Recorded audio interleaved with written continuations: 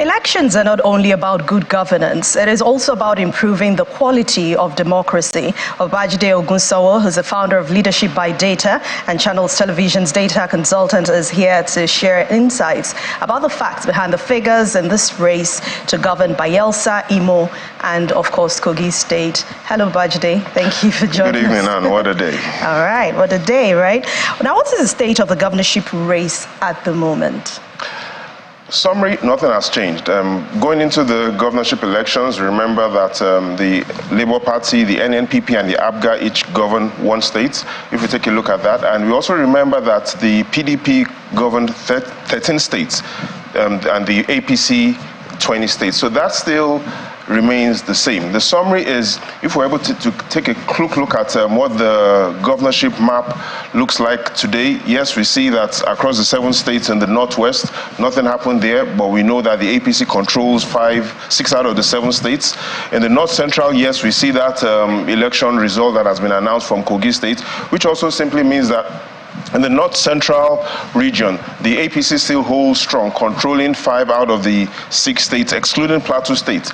Now, clearly, nothing happened in this election in the Northeast, but we know in the Northeast, out of the 6 states, it's split equally between the APC and the PDP. No elections in the Southwest, clearly. We had only 3 elections, but still in the Southwest, the APC controlling 4 out of the 6 states in the Southwest, leaving the PDP with Oyo State and Osun State. Now, in the South-South, that's big. And that's because that is where the PDP still remains very strong. We know that across the 6 states in the South-South, the PDP controls 5 out of those 6 states, leaving only 1 in Cross River for the APC. And that is based on the results and the trends we are seeing, which we'll go into. The PDP is still in the lead in that electoral result that is coming out from Bayelsa. But something interesting again is happening in Imo. We remember what happened in the presidential election results where it was the Labour Party. We remember exactly what happened here. The Labour Party, even though we had the APC as its governor, the Labour Party's presidential candidate, Peter Obi, had huge margins in the presidential election results. But that has changed, Anne.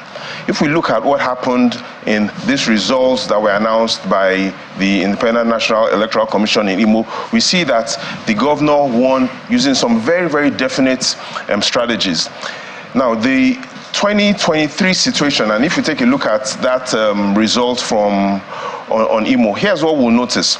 700,000 votes, valid votes were declared, but based on what we see, and if we have those numbers exactly, these are the numbers, 700,000 valid votes across all of Imo's local governments, but half of these votes came from one zone, the West.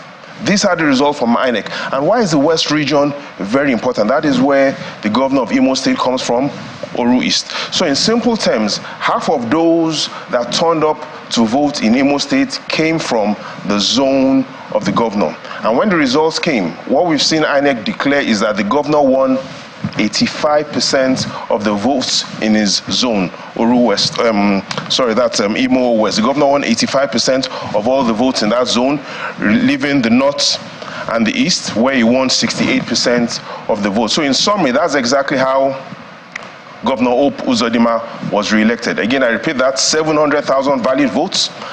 55% of those votes came from his zone in the West, and he won 85% of those numbers, and then he won 68% of the numbers that were declared from the East and the North. So that's exactly what has happened so far. Again, nothing has changed. The APC still remains the strongest party in the North, controlling 13 out of the 19 governorship states that we have in northern Nigeria.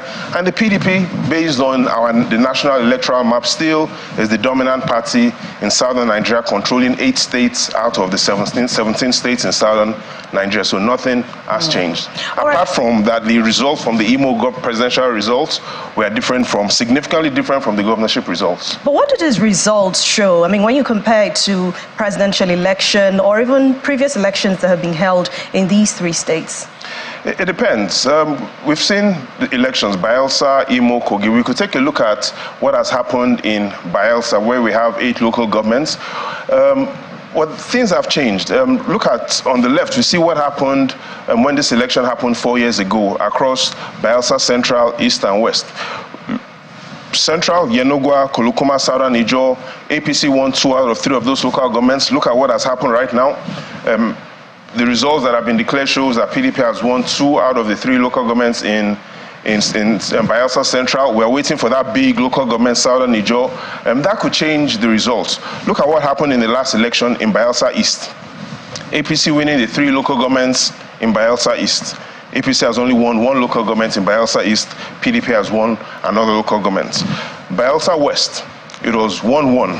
Right now, based on the complete results from Bayelsa West, the PDP, the sitting governor, has won the Bayelsa West. In all, based on the numbers released from INEC, currently the PDP seems to have, not seems, mathematically, the PDP has a margin in excess of 60,000. However, big numbers expected from Southern Ijaw and Brass. Yeah. What sort of numbers are expected? PVC collection between Southern Ijaw and Brass, 270,000 persons have PVCs.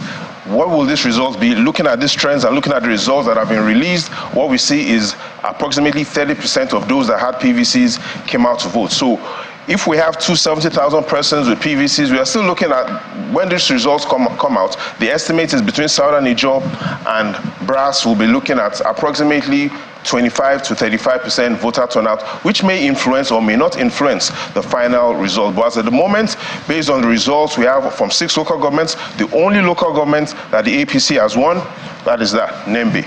5 local governments, 1, 2, 3, 4, 5, the PDP is in the lead.